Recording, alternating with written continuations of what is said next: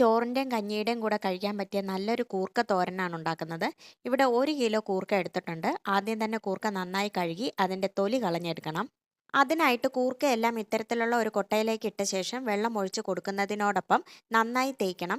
ഇത്തരത്തിൽ തേയ്ക്കുമ്പോൾ തന്നെ ഏകദേശം തൊലിയൊക്കെ പോയി കിട്ടും. ബാക്കിയുള്ളവ കത്തികൊണ്ട് ചിരണ്ടിയ ശേഷം ഇതുപോലെ നീളത്തിൽ നടുക്ക് കീറി 4ആയിട്ട് ചെറിയ കഷ്ണങ്ങളായിട്ട് മുറിച്ചെടുക്കാവുന്നതാണ്. അതിനുശേഷം 3-4 പ്രാവശ്യം നല്ല വെള്ളത്തിൽ കഴുകിയെടുക്കണം. മിക്സിയുടെ ജാറിലേക്ക് 10 ടേബിൾ സ്പൂൺ തേങ്ങ ഇട്ട് കൊടുത്ത ശേഷം ഇതിലേക്ക് ഒരു ചെറിയ ഉള്ളി ഇട്ട് കൊടുക്കാം. 1/2 ടീസ്പൂൺ മല്ലിപ്പൊടിയും 1/4 ടീസ്പൂൺ മഞ്ഞൾപ്പൊടിയും കൂടി ചേർത്ത് ചതച്ചെടുക്കാവുന്നതാണ്.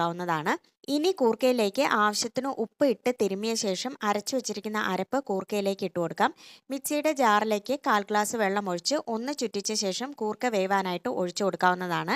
എരിവിനായിട്ട് 4 പച്ചമുളക് ഇട്ട ശേഷം അടച്ചു വെച്ച് വേവിച്ചെടുക്കാം. ആദ്യം ഹൈ ഫ്ലെയിമിൽ വെച്ച് ആവി വന്ന ശേഷം ചെറിയ തീയിൽ വെച്ച് വേവിച്ചെടുക്കാം. 2-3 പ്രാവശ്യം അടിയിൽ പിടിക്കാതെ ഇളക്കി കൂർക്ക വേവിച്ചെടുക്കണം. കൂർക്ക വെന്ത് വന്നു കഴിഞ്ഞാൽ ഒരു തണ്ട് കറിവേപ്പില ചേർത്ത് ഫ്ലെയിം ഓഫ് ചെയ്യാവുന്നതാണ്. ഇനി ഒരു ചീനച്ചട്ടി വെച്ച ശേഷം 3 ടേബിൾ സ്പൂൺ വെളിച്ചെണ്ണ ഒഴിച്ചു കൊടുക്കാം. ഇതിലേക്ക് 1/4 ടീസ്പൂൺ കടുക് ഇട്ട് പൊട്ടിച്ച ശേഷം ഒരു തണ്ട് കറിവേപ്പില ഇട്ട് കൊടുക്കാം. വേവിച്ച കൂർക്ക ഇട്ട് നന്നായി ഇളക്കി ഉലർത്തിയെടുക്കണം.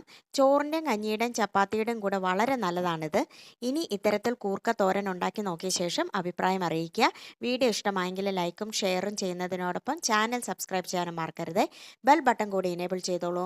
മറ്റൊരു നല്ലൊരു വിഭവമായി മറ്റൊരു അവസരത്തിൽ വീണ്ടും കാണാം. താങ്ക്